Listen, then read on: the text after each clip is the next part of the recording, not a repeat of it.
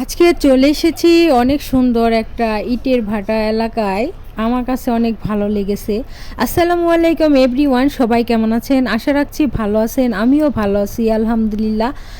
আমি একদম চরের মধ্যে দাঁড়িয়ে আছি। চর না, এখানে ইটের ভাটা করা হয়। এই এলাকাটা শুধু ইটের ভাটার জন্য।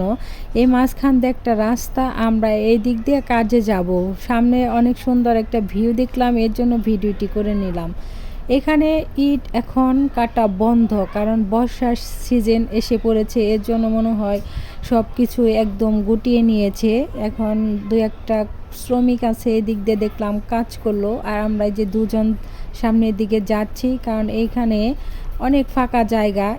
মানে একদম ছোটা ছোটা বাড়ি, এখানে এক বাড়ি ওখানে এক বাড়ি। আমরা এখন এই রাস্তা দিয়ে সামনের দিকে আগাতে থাকবো, কারণ আমাদের মূলত সামনের দিকেই কাজ। কারণ আমাদের এখন এখানে পায়ে হেঁটে যেতে হবে, কারণ রিক্সার কোনো ব্যবস্থা নেই। লাল মাটি, এমনিতে অনেক কাদা, কারণ বৃষ্টির মতো শ্বাস করতেছে। আজকের আকাশটা তেমন ভালো নেই, ঝড় বৃষ্টি উঠে আসবে। এর জন্য আমরা খুব তাড়াহুড়া করে বাড়ির দিকেই চলে যাচ্ছি, কারণ কোনো বাড়িতে না উঠলে আবার বৃষ্টিতে ভিজে যাব, অনেক ঝড় আসতে পারে।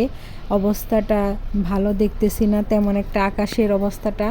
এরপরেও অনেক সুন্দর একটা ভিউ আমি ভিডিওটি করে আপনাদের মাঝে শেয়ার করছি, কারণ এটা হলো ইটের ভাটার এলাকা। এখানে শুধু ভাটা ব্যবসায়ী যারা আছেন তারাই এইগুলা করে।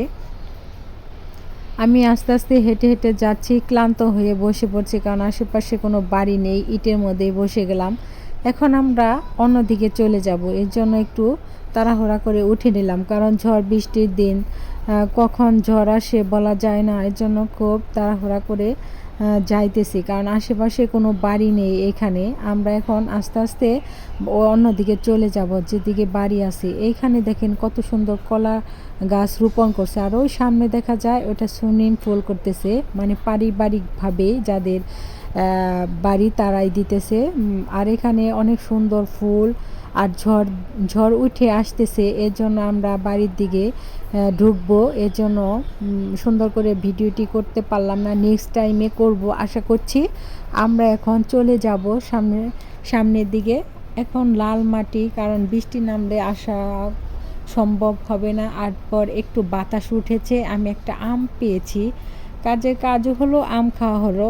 আমি এখন আমটা ধুয়ে নিব, এরপরে আমটা খেয়ে নিব। এখানে দেখেন কত হাঁস, ঝড় বৃষ্টি উঠতেছে, এর জন্য হাঁসগুলো পানিতে নেই। আমরা এখন একটা বাড়িতে চলে যাব, কারণ ঝড় বৃষ্টি উঠে যাচ্ছে। কারণ এক জায়গায় না বসলে তো আবার আমরা বিপদে পড়ে যাব। আমরা এই বাড়িতে এখন বসবো, দেখা যাক, দেখতে থাকুন। ভিডিওটি কেমন হয়েছে সবাই জানাবেন।